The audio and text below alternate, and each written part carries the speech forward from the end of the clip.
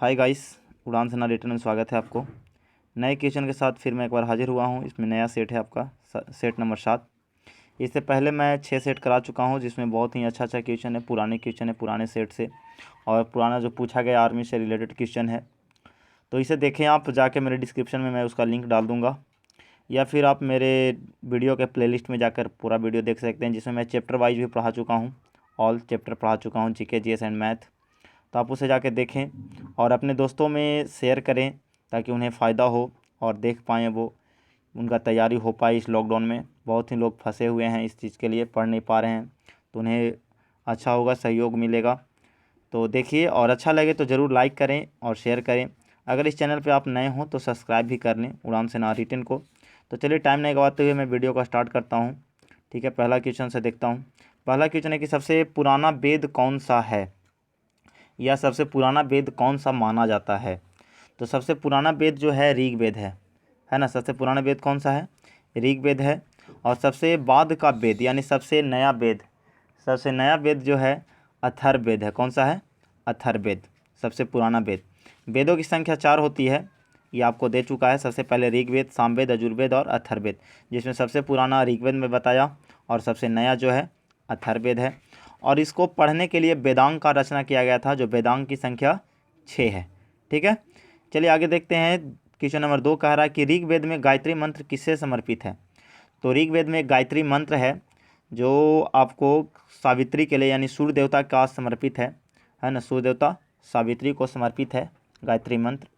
ठीक है, आगे देखते हैं क्वेश्चन नंबर 3। 3 क्या कह रहा है? 3 कह रहा है कि निम्न में से किसका जन्म एवं मृत्यु वैशाख पूर्णिमा के दिन हुआ था। तो ये पहले भी क्वेश्चन आ चुका है, क्योंकि बहुत ही इंपॉर्टेंट क्वेश्चन है, इसलिए मैं बार बार ये घूम जाता है ना। तो ये जो है बुध का है, बुध का जन्म एवं मृत्यु वैशाख पूर्णिमा के दिन हुआ था। ठीक है, मौर्य वंश की स्थापना किसने की थी? चौथा नंबर क्वेश्चन है, मौर्य वंश की स्थापना। तो मौर्य वंश की स्थापना जो है चंद्रगुप्त मौर्य द्वारा किया गया था। किनके द्वारा? चंद्रगुप्त मौर्य के द्वारा, है ना। उन्हीं का बेटा ये बिंदुसार हुए थे। अब बिंदुसार का बेटा जो हुआ था अशोक हुआ था। ठीक है, तो आप पढ़ लोगे इसको एक बार। ठीक है, चलिए आगे देखते हैं। 5 नंबर है कि गुरु गोविंद सिंह का जन्म हुआ था। तो गुरु गोविंद सिंह का जन्म जो हुआ था वो बिहार पटना में हुआ था, है ना। क्योंकि पूछा जाता है कि सिख धर्म का 10वां गुरु कौन है, तो गुरु गोविंद सिंह थे। और सिख धर्म के संस्थापक कौन थे? तो गुरु नानक। गुरु नानक का जन्म तालबंडी में हुआ था। ये मैं पहले वाले वीडियो में करा चुका हूँ, आप देख लेना। ठीक है, चलिए 6 नंबर है कि भारतीय राष्ट्रीय कांग्रेस की स्थापना कब हुई थी। तो भारतीय राष्ट्रीय कांग्रेस की स्थापना एओ हुम के द्वारा 1885 में हुआ था। कब हुआ था? 1885 में। इसको कंठस्थ कर लीजिएगा। चलिए आगे देखते हैं। 7 नंबर, पूर्ण जागरण आंदोलन किस देश से शुरू हुआ था? पूर्ण जागरण, तो पूर्ण जागरण जो है इटली से स्टार्ट हुआ था। कहाँ से हुआ था? इटली से स्टार्ट हुई थी। ठीक है, चलिए आगे देखते हैं। 8 नंबर कह रहा है कि यूएसए का राष्ट्रपिता किसे कहा जाता है। यूएसए मतलब अमेरिका, संयुक्त राष्ट्र अमेरिका का राष्ट्रपिता यानी फादर ऑफ यूएसए किसे कहा जाता है? तो ये जॉर्ज वाशिंगटन को कहा जाता है, क्योंकि जॉर्ज वाशिंगटन जी हैं जो अमेरिका को आज़ाद कराए थे और पहला राष्ट्रपति बने थे।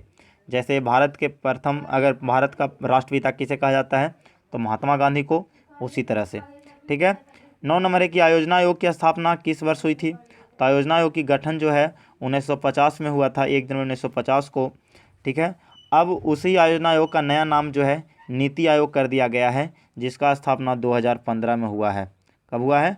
2015 में। तो आपसे पूछ सकता है कि नीति आयोग की स्थापना कब हुई, तो 2015 में। या आयोजना आयोग का नया नाम क्या है, तो नीति आयोग। या फिर नीति आयोग का पुराना नाम क्या है, तो आयोजना आयोग।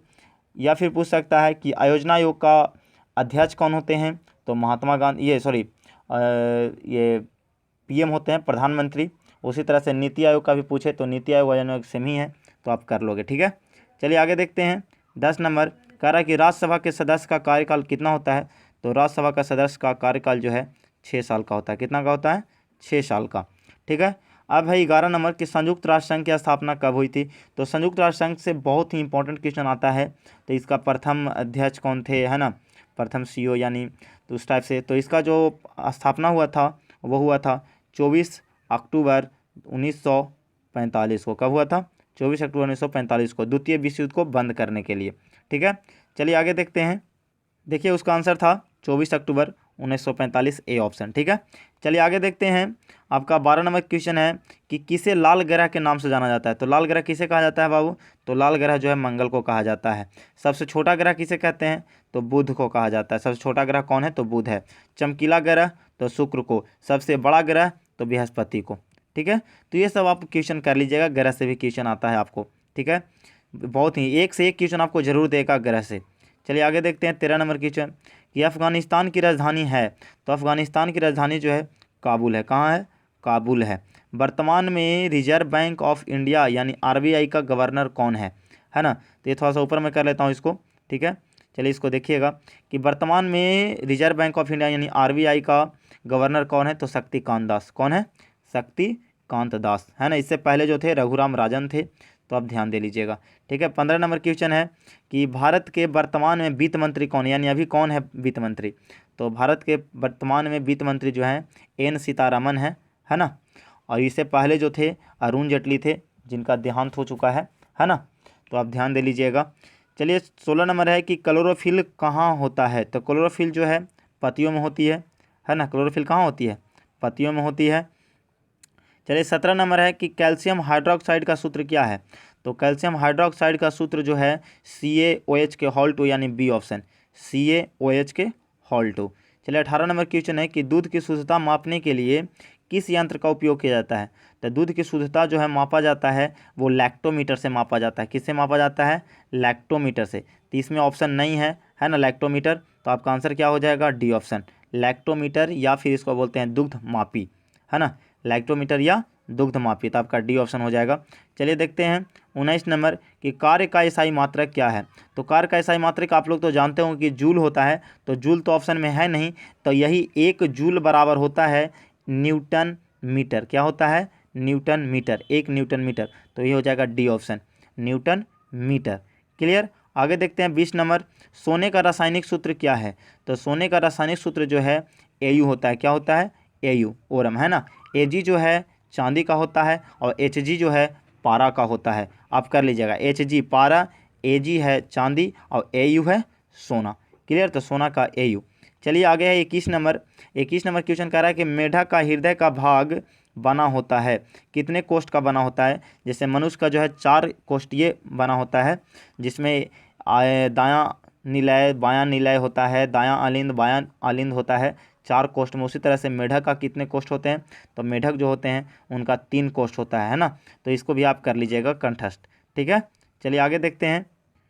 चलिए तो देखिए ऑप्शन था यहाँ पर ए में था आपका 3, है ना। तो ए ऑप्शन आपका इसका आंसर हो जाता 3। तो उड़ान सेना रिटर्न को सब्सक्राइब करना ना भूलें और बेल आइकॉन को क्लिक करना ना भूलें, अपने दोस्तों में भी शेयर करना ना भूलें। ठीक है, अच्छा लगे तो ज़रूर लाइक करें। चलिए 22 नंबर क्वेश्चन है कि मसूड़ों में होने वाली बीमारी है। तो मसूड़े में जो बीमारी होती है वो विटामिन सी की कमी से होती है। तो इसका आंसर क्या हो जाएगा कि कौन सी बीमारी होती है। तो मसूड़ों में जो होती है स्कर्वी होती है, ये विटामिन सी की कमी से होती है ना। तो आप ध्यान दे लीजिएगा। बी की कमी से बैरी होती है ना। और डी जो होती है, डी की कमी से रिकेटस होती है और ए की कमी से रतौंधी होती है। और स्कर्वी जो होता है सी की कमी से होता है। अगर पूछ दे विटामिन की कौन कौन विटामिन से किसकी कमी से क्या होती है, तो वो हो जाएगा। और मसूड़ों में कौन सी बीमारी होती है, तो स्कर्वी होती है। जैसे आँख में क्या होता है, तो ग्लोकोमा ट्रेकोमा नामक आँख में होता है ना। उसी तरह से चले 13 नंबर है कि पहाड़ों पर दाल देरी से गलती है क्यों। तो पहाड़ों पर जो है दाल देरी से गलती है क्योंकि वहाँ पर वायुदाब क्या होता है, कम जाता है। वायुदाब क्या होता है, कम जाता है, जिसके कारण, है ना। तो चलिए देखते हैं 24 नंबर। 24 नंबर क्वेश्चन है कि हाइड्रोजन बम का मूल सिद्धांत क्या है। यानी हाइड्रोजन बम जो है किस सिद्धांत पर कार्य करता है। तो हाइड्रोजन बम जो है नाभिकीय संलयन पर काम करता है। ये बार बार क्वेश्चन देता है ना। हाइड्रोजन बम या परमाणु बम। तो परमाणु बम जो है नाभिकीय विखंडन पर, परमाणु बम नाभिकीय विखंडन, हाइड्रोजन बम नाभिकीय संलयन। क्लियर। चलिए आगे देखते हैं 25 नंबर। विद्युत चुंबक किससे बना होता है। तो विद्युत चुंबक जो है नर्म लोहा का बना होता है। किस चीज़ का बना होता है, नर्म लोहा का बना होता है ना। चलिए देखते हैं 26 नंबर क्वेश्चन कि सबसे पुरानी चट्टान कौन सी है। तो सबसे पुरानी चट्टान जो होता है ऑर्डोबिलियन कहलाता है। क्या कहलाता है, ऑर्डोबिलियन। क्लियर, तो इसे कंठस्थ कर लीजिएगा आप। चलिए 27 नंबर है कि न्यूटन ने गति के नियम दिए, यानी कितने दिए, ऑप्शन है 1 2 3। तो न्यूटन ने है गति के 3 नियम दिए थे। क्लियर, तो ध्यान दे लीजिएगा। चलिए 28 नंबर क्वेश्चन देखते हैं कि SI पद्धति में, यानी SI पद्धति होता है इंटरनेशनल सिस्टम पद्धति में, नहीं कहता है कि विभवांतर का SI मात्रक क्या है, तो वही हुआ कि SI पद्धति में थोड़ा सा उल्टा कर दिया। SI पद्धति में विभवांतर की इकाई क्या है, तो विभवांतर का क्या होता है, वोल्ट होता है, तो यही वोल्ट होगा ही। ठीक है, तो घुमा दे या कुछ भी कर दे। जैसे अगर प्रतिरोध का कहते हैं कि SI पद्धति में प्रतिरोध का क्या होता है, तो ओम होता है ना, तो ध्यान दे लीजिएगा। चलिए 29 नंबर देखते हैं कि तांबा, जस्ता और निकेल से बनने वाले मिश्र धातु का नाम क्या है। तो इसका जो नाम है वो लिख देता हूँ मैं, इसका नाम है जर्मन सिल्वर। क्या नाम होता है, जर्मन सिल्वर लिख लीजिएगा आप, जर्मन सिल्वर। ठीक है, तो यहाँ पर ऑप्शन तो है नहीं जर्मन सिल्वर, तो इसका आंसर हो जाएगा डी। क्लियर, तो आप थोड़ा सा ये मिश्र धातु से भी पढ़ लीजिएगा इसका। ठीक है, इससे भी मैं करवा दूंगा वीडियो, तो आप याद कर लीजिएगा। चलिए देखते हैं 30 नंबर क्वेश्चन। 30 नंबर है कि सूक्ष्मदर्शी का नामांकन किसने किया था। सूक्ष्मदर्शी का यानी माइक्रोस्कोप का नाम कौन दिया था, तो ये जो है बी ऑप्शन है, जॉनसन ने दिया था। कौन दिया था, जॉनसन ने। क्लियर, तो चलिए अब आगे चलते हैं। 31 नंबर मैथ स्टार्ट हो जा रहा है, क्योंकि आर्मी में 30 जीके एंड जीएस रहता है, उसके बाद 15 मैथ रहता है और 5 रीजनिंग रहते हैं। तो चलिए मैं उससे देखता हूँ और बनाता हूँ। ठीक है, तो चलिए देखते हैं। 31 नंबर मैथ है। तो मैथ है कि दो संख्या का मसा, पढ़िएगा आप थोड़ा सा बारीकी से। दो संख्या का मसा 11 तथा लस 1700 है, तो एक संख्या 275 हो तो दूसरी संख्या पूछ रहा है। तो जब दूसरी संख्या आपसे पूछ दे, तो इसे मैं बताया था कि इसका एक ही फार्मूला होता है, पहली संख्या गुने दूसरी संख्या बराबर महत्तम गुने लघुत्तम। तो पहली संख्या आपको दे दिया है 275, तो 275 गुने दूसरी संख्या नहीं दिया है, तो दूसरी संख्या लिख देंगे। महत्तम दे दिया है 11, लघुत्तम दे दिया है 1700। ठीक है, तो चलिए 11 से ये कट जाएगा आपका 275, कितना बार में कट जाएगा, 15 बार में। अब 15 से इसको काट दीजिएगा आप, तो आपका आंसर आ जाएगा N2। ठीक है, तो इसका कैलकुलेशन आप थोड़ा सा कर लीजिएगा।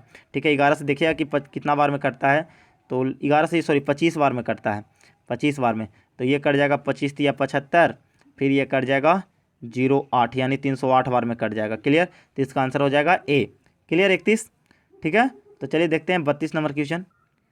चलिए 32 नंबर क्वेश्चन है कि थोड़ा सा इसके ये है काका क्रिया पर, तो चलिए इसको देखता हूँ मैं। ये है 4 + 4 भागा 4 - 4। तो बहुत ही अच्छा क्वेश्चन है। तो पहले सबसे पहले एक भाग का क्रिया होगा, तो चलिए लिखते हैं 4, अब +4 में 4 से भागा देंगे तो 1 और -4। तो पहले जोड़ते हैं हम लोग, उसके बाद क्योंकि इसका नियम होता है का पहले क्रिया होता है, फिर भागा, तब गुना, तब जोड़, तब घटाओ। तो पहले जोड़ होता है, तो 4 और 1 ये प्लस प्लस जुड़ जाएगा, तो 4 और 1 5 और -4, 5 में से 4 गया 1, यानी आपका आंसर कितना हो जाएगा बाबू, 1, बी ऑप्शन। क्लियर, चलिए देखते हैं 33 नंबर। 33 क्या कह रहा है, 33 भी नॉर्मल ही क्वेश्चन है, ये गुना पर रिलेट है। तो चलिए इसको मैं थोड़ा कर लेता हूँ। तो 0 से जब देखिए थोड़ा सा गुना करते, लेकिन देखिए आगे दे दिया है 0, तो 0 से जब हम किसी संख्या में गुना करते हैं तो आंसर क्या आ जाएगा, 0, यानी सी। तो कुछ ऐसा मैथ आपको मिलेगा जिससे क्या होगा कि आपको जीके जीएस ने मार दीजिएगा फट से। चलिए देखते हैं 34 नंबर। तो ये देखिए आपको दे दिया है किससे, अनुपात से। तो अनुपात से मैं पहले वाले वीडियो में करा चुका हूं, तो फिर से एक बार देख लेता हूं। आपको दे दिया है A/B बराबर 2/5। ठीक है, B/C दे दिया है आपको 3/4। तो चलिए B और B यहाँ कॉमन, बार बार मैं बता रहा हूँ कि B और B जो सेम रहेगा उसको कॉमन लेंगे। तो ये देखिए B कॉमन है, तो यहाँ पर भी मैं इसको कॉमन ले लिया, यानी 5 और 3। तो 5 3 कॉमन कब लेगा, जब बराबर होने पर। तो 5 3 तो बराबर है नहीं, तो इसको बराबर करने के लिए उल्टा, नीचे और 3 है तो ऊपर गुना कर देंगे, और ऊपर 5 है तो नीचे गुना कर देंगे। तो चलिए गुना करेंगे, तो चलिए लिखते हैं A/B/C। ये दम इतना लिखना है आपको, फिर क्या आंसर पूछा है उसके बाद में देखेंगे। तो चलिए 3 से गुना होगा तो ये दोनों में गुना होगा, 2 में भी और 5 में भी। तो चलिए 2 से पहले 3 में करते हैं तो 6, अनुपात 5 से करेंगे तो 5 या 15। अब फिर देखिए ये B में फिर 5 से गुना होगा तो BA का मान आएगा, तो 15 पहले से दिया हुआ है, अनुपात। अब 4 से करेंगे 5 में, तो 4 × 5 = 20। तो यानी 6, 15 और 20 आपका आंसर हो गया। तो 6, 15, 20 अनुपात, क्योंकि A/B/C पूछ रहा था, तो अगर ABC पूछ रहा है, ABC मैं निकाल ही लिया हूँ। तो 6, 15, 20 आपका आंसर कहाँ पे है, देख लीजिए 6, 15, 20 ए ऑप्शन। क्लियर, चलिए आगे देखते हैं। 35 नंबर क्वेश्चन है कि 11, 23 तथा x का औसत 40 हो तो x का मान। ठीक है, तो बहुत ही अच्छा क्वेश्चन है, इसको भी देख लेते हैं।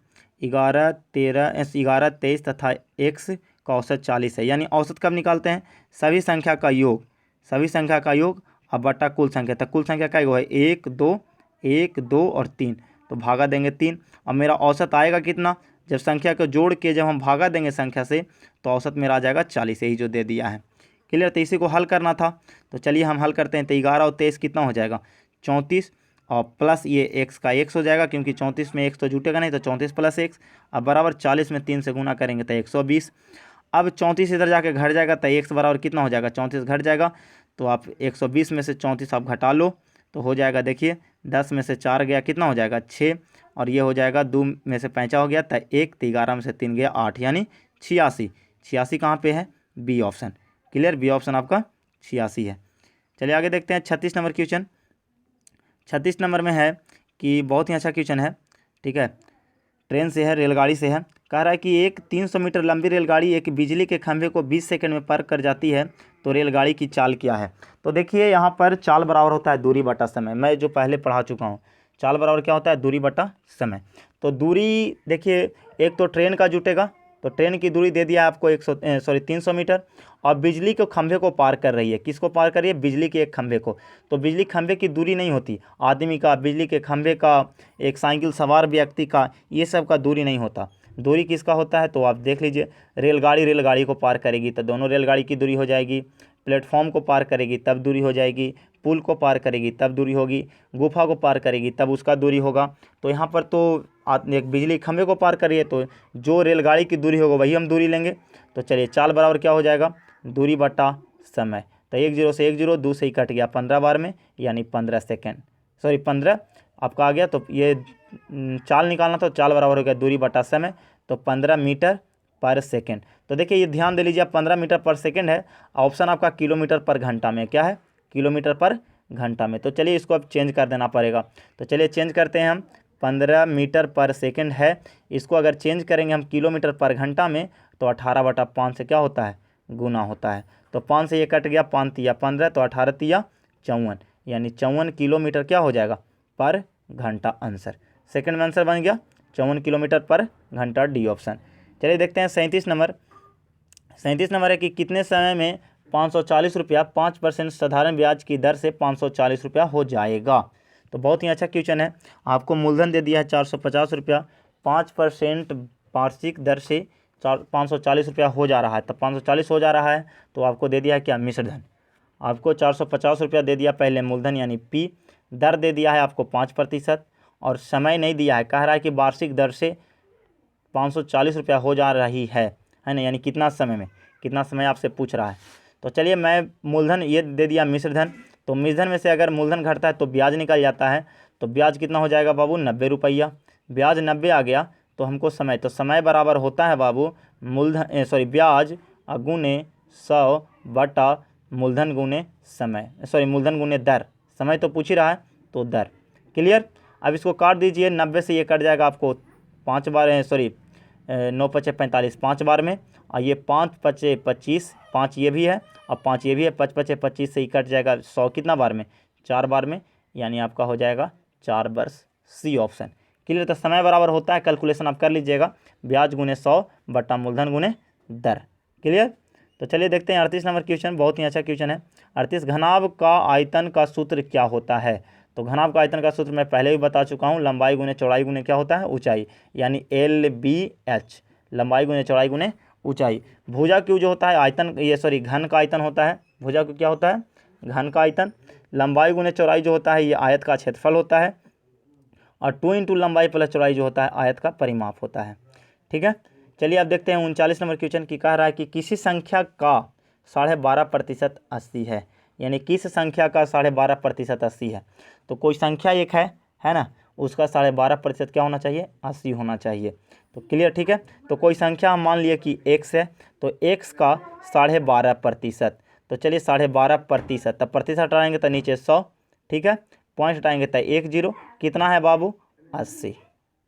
क्लियर, यही था ना क्वेश्चन, किसी संख्या था x, उसका 12.5%, तो प्रतिशत हटा देते नीचे 100 हो गया, पॉइंट हटाए थे 1 0, बराबर कितना है बाबू, 80।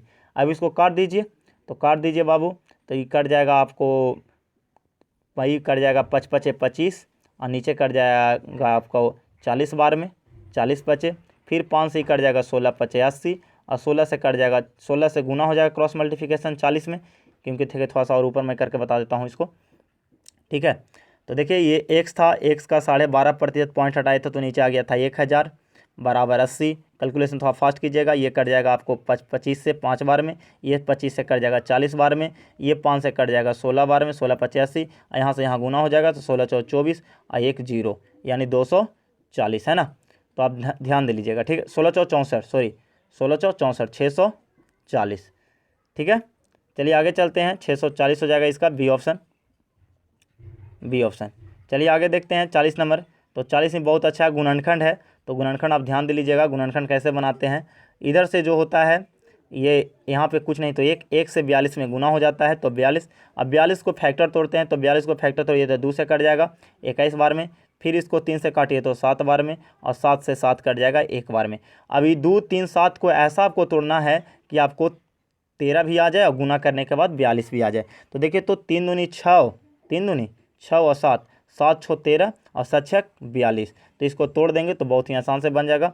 तो चलिए इसको तोड़ देते हैं, है ना। क्या था question, x square minus 13x और प्लस 42।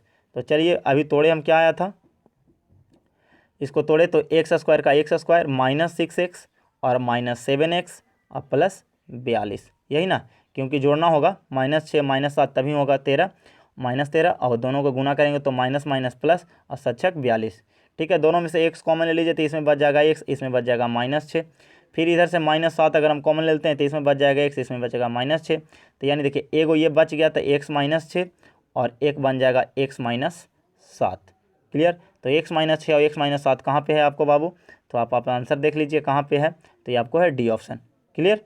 तो चलिए आगे देखते हैं, चलिए देखते हैं 41 नंबर क्वेश्चन कह रहा है कि किसी वस्तु का क्रय मूल्य 1000 रुपया तथा है, यदि इस पर 25% का लाभ हो तो विक्रय मूल्य बताइए।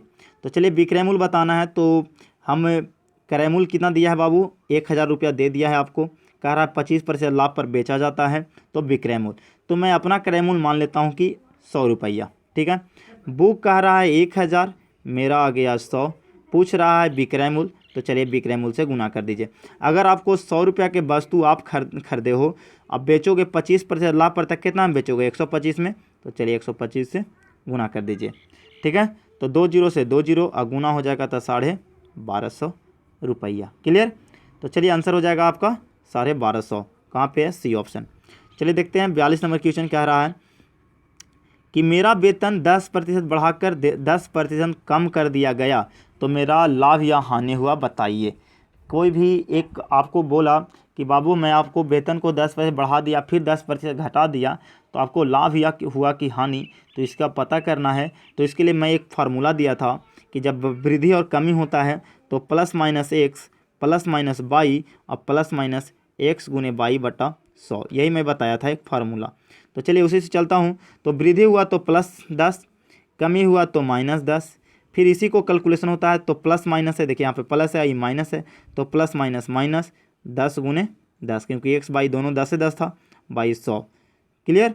तो ये देखिए कट गया, प्लस माइनस घट गया, ये 2 0 से 2 0 कट गया यानी एक बार में, तो -1, तो -1 आ गया ना बाबू। तो माइनस में आता है तो कमी, प्लस में आता तो वृद्धि, यानी 1% की क्या हो गई आपको, हानि हो गई। ए ऑप्शन क्या हो जाएगा आंसर आपका, ए ऑप्शन, 1% की हानि हो गई।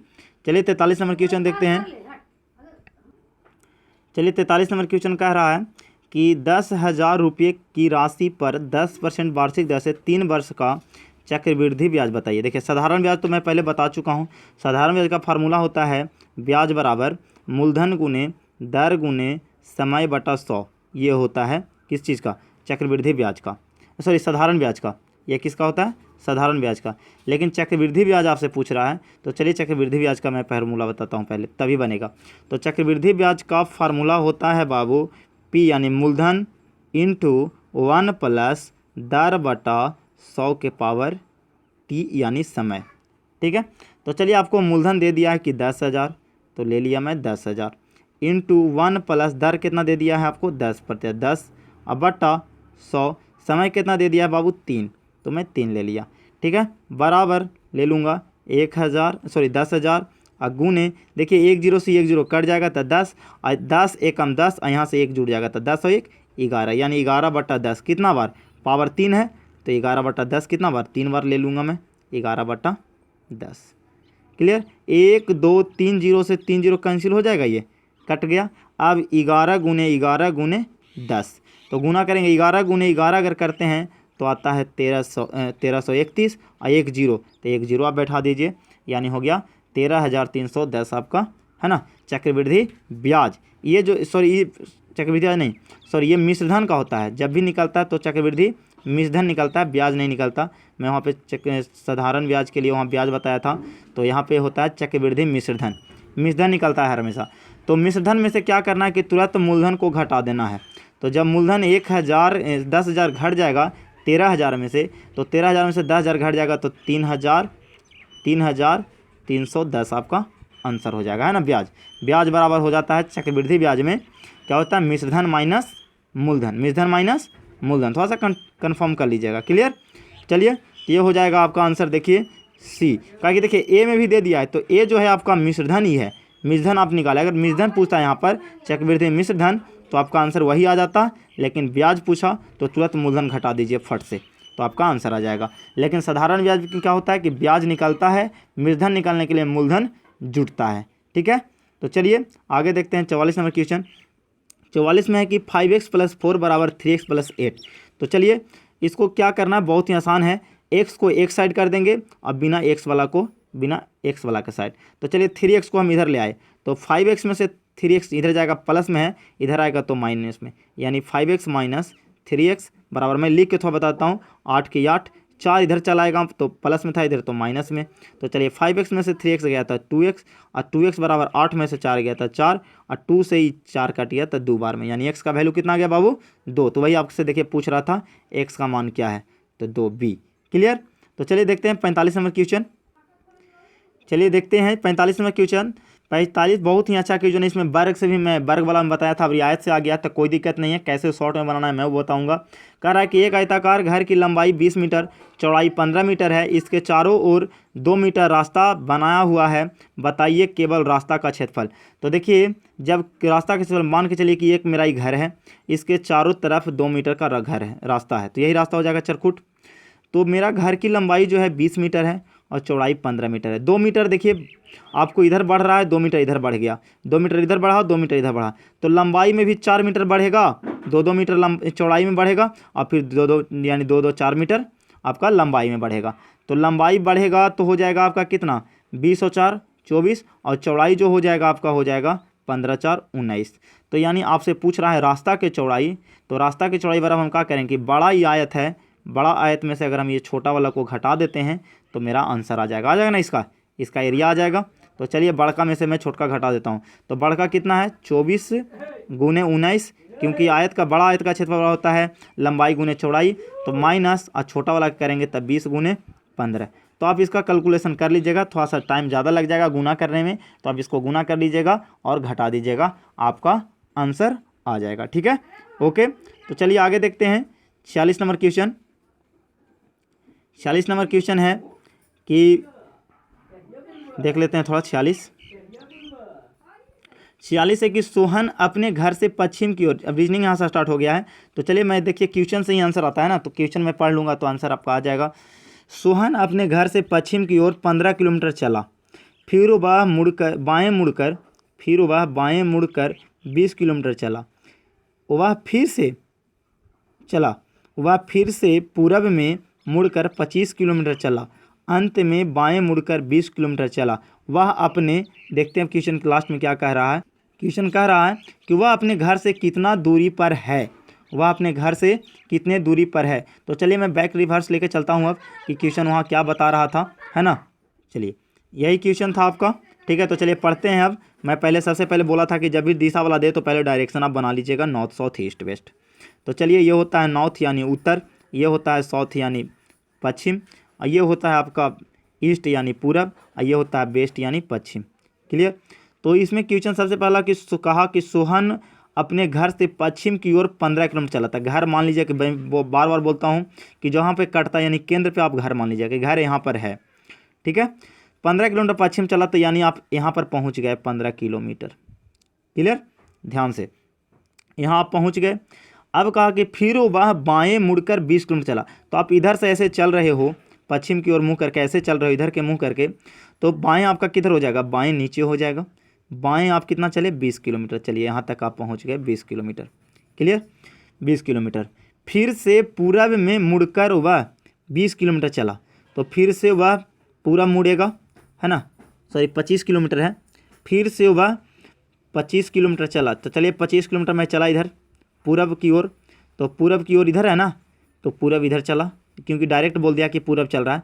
तो 25, देखिए यहाँ से यहाँ अगर इस सामने आता है तो ये 15 ही चलेगा। तो 25 के लिए 10 आपको आगे चलना पड़ेगा।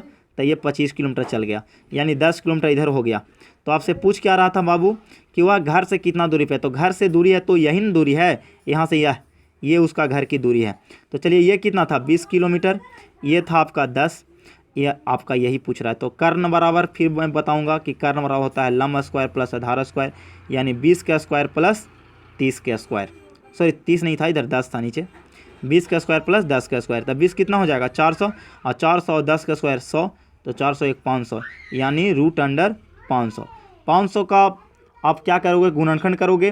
तो गुणनखंड करोगे तो 5 × 100, तो 100 का हो जाएगा 10√5, है ना।